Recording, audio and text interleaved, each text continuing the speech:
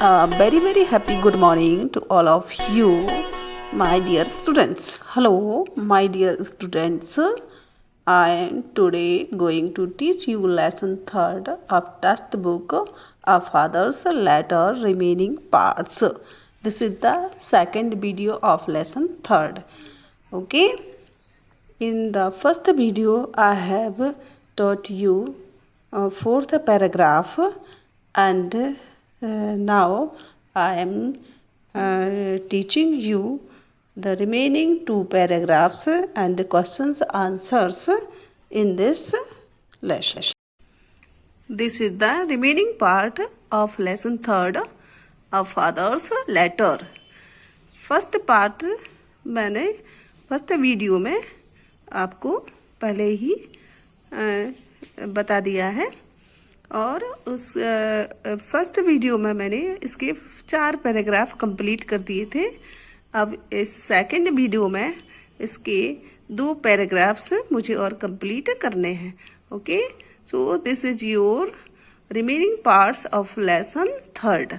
Okay बच्चों, जैसे कि आपको मालूम है कि ये जो पूरा जो लेसन है वो एक लेटर है और एक फादर के द्वारा अपने पुत्र को लिखा गया है। तो वो जो फादर है वो अपने पुत्र को अपने उस फ्यूचर लाइफ के लिए, स्कूल लाइफ के लिए यहाँ पर कुछ सजेशन दे रहा है, सलाह दे रहा है विद्यालयीन जीवन के लिए।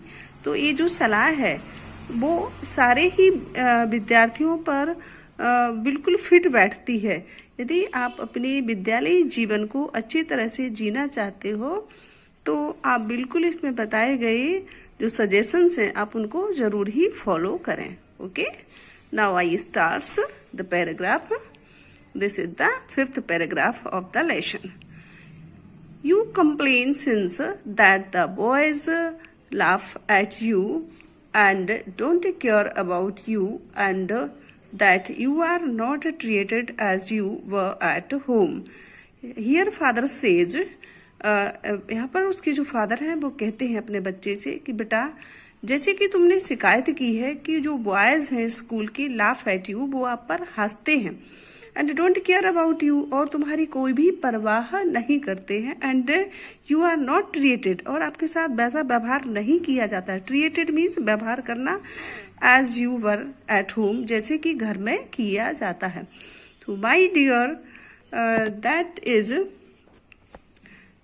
that is one chief reason for your being sent to school to inner, और इसीलिए है मेरे बच्चे, यही मेरा सबसे मुख्य कारण है कि आपको स्कूल भेजा जा रहा है।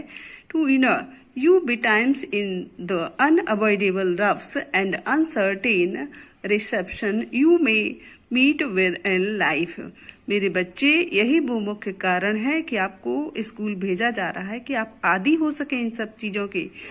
इनर मीन्स, यूर मीन्स आदी होना, अभ्यस्त होना, कि जो भी अनअवॉइडेबल रफ्स हैं, ऐसी जो कठिन परिस्थितियां हैं जो आपके जीवन में आने वाली हैं, आती हैं, अनसर्टेन रिसेप्शंस, और अनिश्चित रिसेप्शन, यानी कोई भी घटनाएं हैं जिनके बारे में हम जानते नहीं हैं, तो आप उन सारी चीजों को मैनेज करने के अभ्यस्त हो सकें अपनी लाइफ में, इसीलिए आपको विद्यालय भेजा जा रहा है। You can not always be with me, आप हमेशा ही मेरे साथ नहीं रह सकते हो, and perhaps it is as well that you can not, but you must not expect others to show the same uncertain about you as I should. आप हमेशा ही मेरे साथ नहीं रह सकते हो, और शायद इट इज बैल, और शायद यह ठीक भी होगा। As well that you can not, और आप भी मेरे साथ नहीं रह सकते हो, but you must not expect, लेकिन आपको इससे ये उम्मीद नहीं लगानी चाहिए, आशा नहीं करनी चाहिए, अदर्स, दूसरों से, to show the same concern about you as I should. आपको ये उम्मीद दूसरों से बिल्कुल भी नहीं रखनी चाहिए कि वो सेम कंसर्न, आपके प्रति शो करेंगे, जैसे कि मैं करता हूँ, आई शुड, जैसे कि मैं तुम्हारा ध्यान रखता हूँ, तुम्हारी परवाह करता हूँ, दूसरे लोग भी तुम्हारी वैसा ही परवाह करें, तुम्हारा ध्यान रखें, तुम्हें ऐसी ही उम्मीद बिल्कुल भी नहीं करनी चाहिए।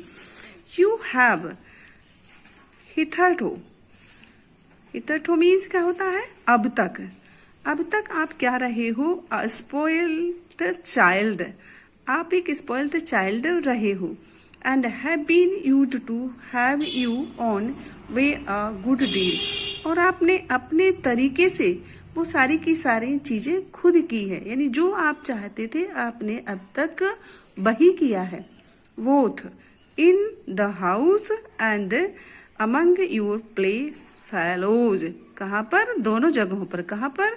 इन द हाउस, घर में भी आप जो चाहते थे आप वही मनमानी करते थे, और योर प्ले मेट्स, जो आपके प्ले फेलोज थे, जो आपके साथ खेलने वाले आपके साथी थे, आप उनके साथ भी अपनी मनमानी ही किया करते थे। With whom you were too fond of being a leader, आप हमेशा ही उनके लीडर रहे हो क्योंकि आप यही चाहते थे। What you have good nature, लेकिन मुझे मालूम है कि आपका नेचर अच्छा है। एंड गुड सेंस, और बुद्धि भी आपकी अच्छी है। And will get the better of this in time, और शायद और अच्छी भी हो जाएगी आगे। You have now get among other boys who are your equals, लेकिन इस बार क्या है कि आपके जो साथी होंगे, जो आपके दूसरे जो बच्चे होंगे आपके साथ, योर इक्वल्स, वो बिल्कुल आपके ही समान होंगे, और या बिगर भी हो सकते हैं, आपसे ज्यादा भी हो सकते हैं, एंड स्ट्रोंगर, और ताकतवर भी हो सकते हैं, देन योर सेल्फ, आपसे ज्यादा। And who have something else to attend to beside humoring your whims and fancies, and you feel this as a repulse or piece of injustice। तो आपके जो साथी होंगे आपके स्कूल के, वो कैसे होंगे? आपके इक्वल्स होंगे, आपसे बड़े भी हो सकते हैं, आपसे ज्यादा ताकतवर भी हो सकते हैं, और आपको उन सबके साथ ही रहना होगा, अटेंड करना होगा आपको उन सबके साथ। टू बिसाइड ह्यूमरिंग, और हो सकता है कि वो आपका ह्यूमर बनाए, मजाक बनाए।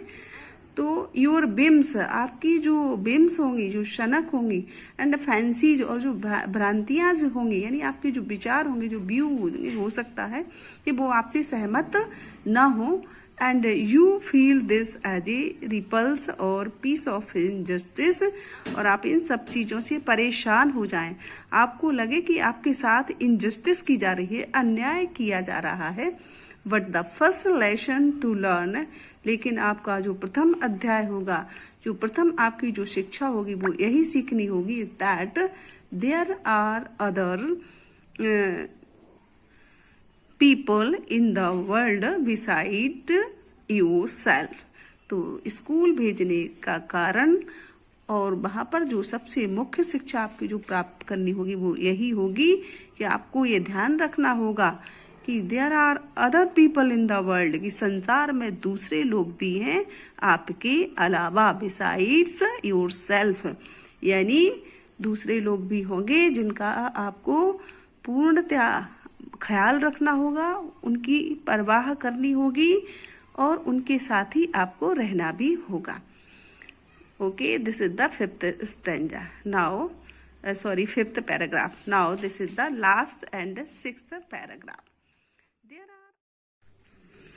There are a number of boys in the school where you are, whose amusement and pursuits, whatever they may be, are and ought to be of as much consequences to them as yours can be to you. Here the author, यहाँ पर जो author हैं हमारे William हेजलिट sir, वो अपने सन को फिर से सलाह देते हैं। वो कहते हैं कि there are a number of boys in the school, आप जिस स्कूल में बेटा आप जा रहे हो वहां पर बहुत सारे छात्र होंगे, स्टूडेंट्स होंगे जहाँ आप जा रहे हो। हुज अम्यूजमेंट्स, जिनके जो अम्यूजमेंट्स होंगे, मनोरंजन के जो साधन होंगे, मनोरंजन जिनके होंगे, एंड परस्यूट्स, और जिनके कार्य होंगे, वो सबके सब कैसे होंगे, उनके अपने अलग अलग होंगे, सबके अपने अपने अलग विचार होंगे, सबके अपने अपने मनोरंजन के साधन अलग अलग होंगे। एंड और to be of as much consequences to them, और ये भी हो सकता है कि इन सबके परिणाम स्वरूप आपके बीच कोई to them as yours can be to you, मतलब आपके जो मनोरंजन के साधन हैं और जो उनके हैं, हो सकता है कि वो मैच करें, या ये भी हो सकता है कि वो मैच ना करें। उनके जो कार्य क्षेत्र हैं, हो सकता है कि वो आपके कार्य क्षेत्र से मैच करें या ना करें। And to which therefore you must give way in your turn, तो उस समय आपको क्या करना होगा, यू मस्ट करना ही होगा, give way in your turn, आपका जो रास्ता होगा आपको उसे थोड़ा सा टर्न करना पड़ेगा, मोड़ना होगा, एक सामंजस्य बिठाना पड़ेगा। The more years of childish self-importance you give yourself, you will only expose yourself to be the more thwarted. और यदि the more years, AIRS, years means सेखी बगारना, अपनी शान दिखाना, बोस्ट जिसको हम कह सकते हैं। और अगर आप ज़्यादा सेखी बघारोगे या घमंड करोगे, अपना दम्भ दिखाओगे, ऑफ चाइल्डिश सेल्फ इम्पोर्टेंस, जैसे कि बचपन से ही तुम में रही है कि हमें ही इम्पोर्टेंस मिले, सेल्फ इम्पोर्टेंस, लोग सिर्फ हमें ही पूछे, हमें ही जाने, तो अगर आप ऐसी अपनी सेखी दिखाओगे, ऐसा अपना घमंड शो करोगे, यू गिव योर सेल्फ, अपने आप को, तो यू विल ओनली एक्सपोज, तो उस समय क्या होगा, सिर्फ यही शो होगा, एक्सपोज होगा, yourself to be the more thwarted, क्या होगा, इससे तुम्हारा ही ज्यादा नुकसान होगा, तुम ही बहुत सी चीजों को खो दोगे। थ्वार्टेड मीन्स नुकसान होना, कुछ खो देना, इस तरीके से। एंड लाफ्ड एट इट, और सभी तुम्हारा मजाक भी उड़ाएंगे। True equality is the only true morality और ट्रू विजडम, क्योंकि जो सच्ची समानता जो होती है, ट्रू मीन्स सच्चा, इक्वलिटी मीन्स समानता, जो सच्ची समानता होती है वही केवल सही नैतिकता होती है, और या फिर हमें यह कहें कि वही सही बुद्धिमत्ता होती है, सही ज्ञान होता है। रिमेम्बर, क्योंकि सभी लोग एक समान है, विद्यालय में सारे ही छात्र एक समान हैं। रिमेम्बर, याद रखो बेटा, always that you are but one among others, आप उन सभी के बीच में एक हो, जैसे वो सभी हैं वैसे ही आप भी हो, क्योंकि यही इक्वलिटी है, यही समानता है।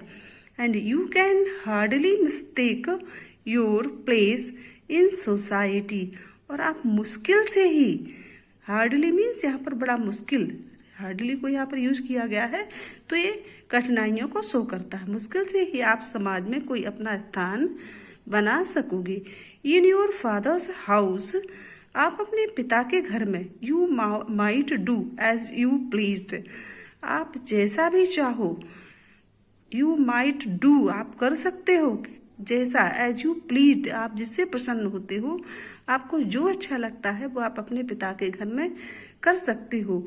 बट इन द वर्ल्ड, लेकिन संसार में, you will find competitors at every turn, प्रत्येक टर्न पर, प्रत्येक रास्ते पर, प्रत्येक मोड़ पर आप कॉम्पिटिटर्स को पाएंगे, क्योंकि इस संसार में बहुत से लोग हैं और बहुत से लोगों के बीच में आप हो, उन सभी के समान।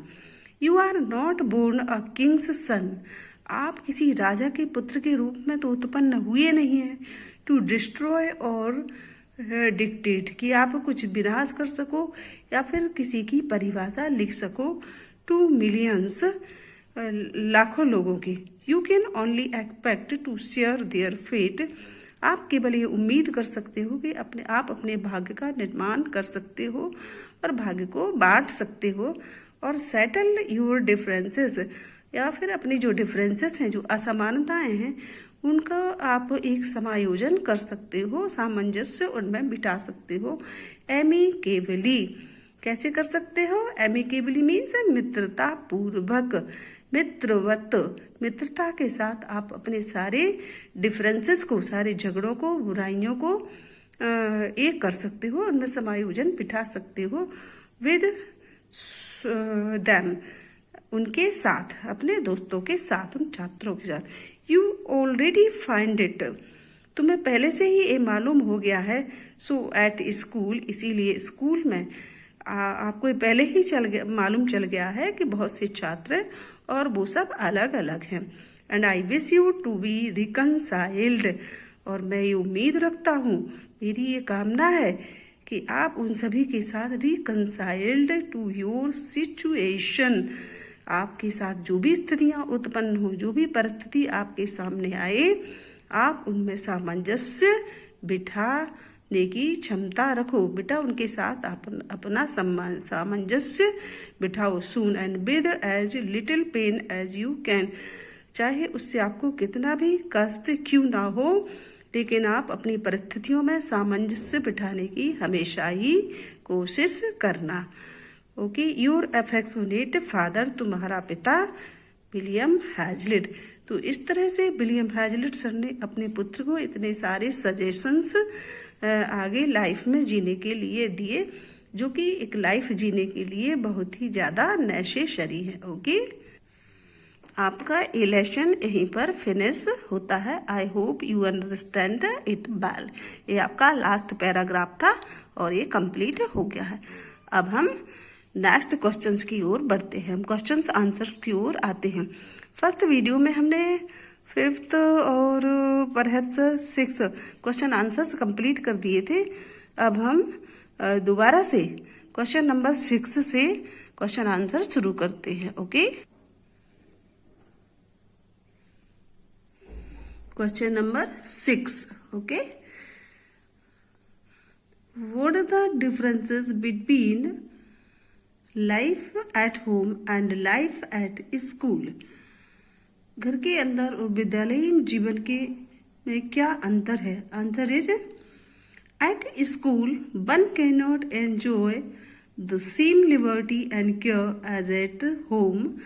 Eight school he has to adjust with his school mats.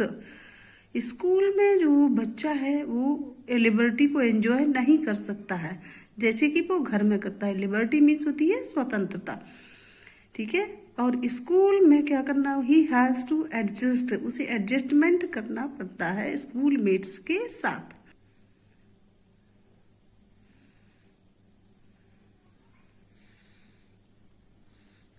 Question number 7. What is the author's opinion on things and people we are yet to see and know? Answer is, the author advised that we should not have prejudices against them. We should not think ill of them. Author means लेखक, advise means सलाह देता है। We should not, should means होता है चाहिए, we should not हमें नहीं सोचना, हमें नहीं करना चाहिए क्या, प्रेजुडिसेस।